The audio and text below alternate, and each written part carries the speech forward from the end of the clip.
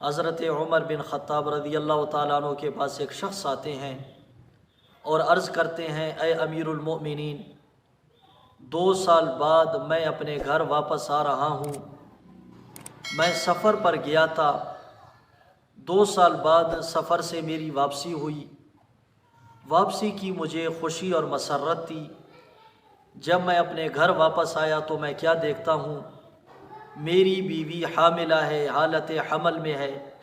میں نے اپنی بیوی سے پوچھا، یہ کس کا حمل ہے؟ میری بیوی نے جواب دیا، یہ تیرا ہی حمل ہے، یہ تیرا بچہ ہے۔ میں نے انکار کیا، یہ میرا بچہ نہیں ہو سکتا۔ اے امیر المؤمنین، میں آپ کے پاس آیا ہوں، آپ فیصلہ فرمائیں، آپ میرا مسئلہ حل کر لیں۔ حضرت عمر بن خطاب نے اس خاتون کو بلایا، بلانے کے بعد ان سے پوچھا، یہ کس کا حمل ہے؟ اس خاتون نے جواب دیا، یہ حمل میرے شوہر کا ہے۔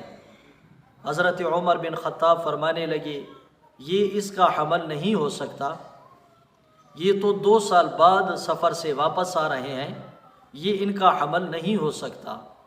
اس کے بعد حضرت عمر بن خطاب نے حکم دیا کہ اس خاتون کو رجم کیا جائے۔ اسی محفل میں حضرت معاذ بن جبل رضی اللہ تعالیٰ عنہ بیٹھے ہوئے تھے۔ حضرت معاذ بن جبل فرمانے لگے، اے امیر المؤمنین، میں آپ کا فیصلہ نہیں مانتا۔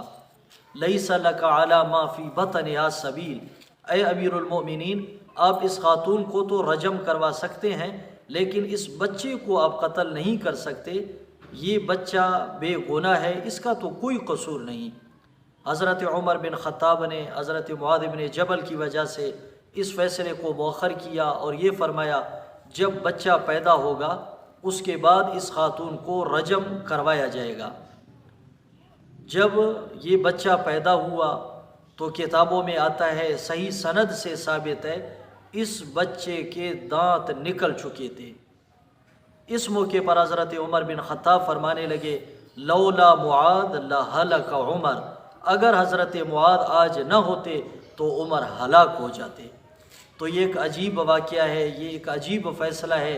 حضرت معاذ بن جبل کی وجہ سے حضرت عمر بن خطاب ایک ایسے فیصلے سے بچ گئے کہ اگر حضرت عمر بن خطاب اس عورت کو رجم کرنے کا حکم دیتے تو اس کی وجہ سے یہ خاتون ناحق قتل ہو جاتی۔ اس کے بعد وہ خاوند کہنے لگا، اے امیر المؤمنین، یہ بچہ میرا ہی ہے، اس کی شکل و صورت مجھ سے ملتی بھی ہے۔ تو یہ ایک عجیب واقعہ اور ایک عجیب قصہ تھا۔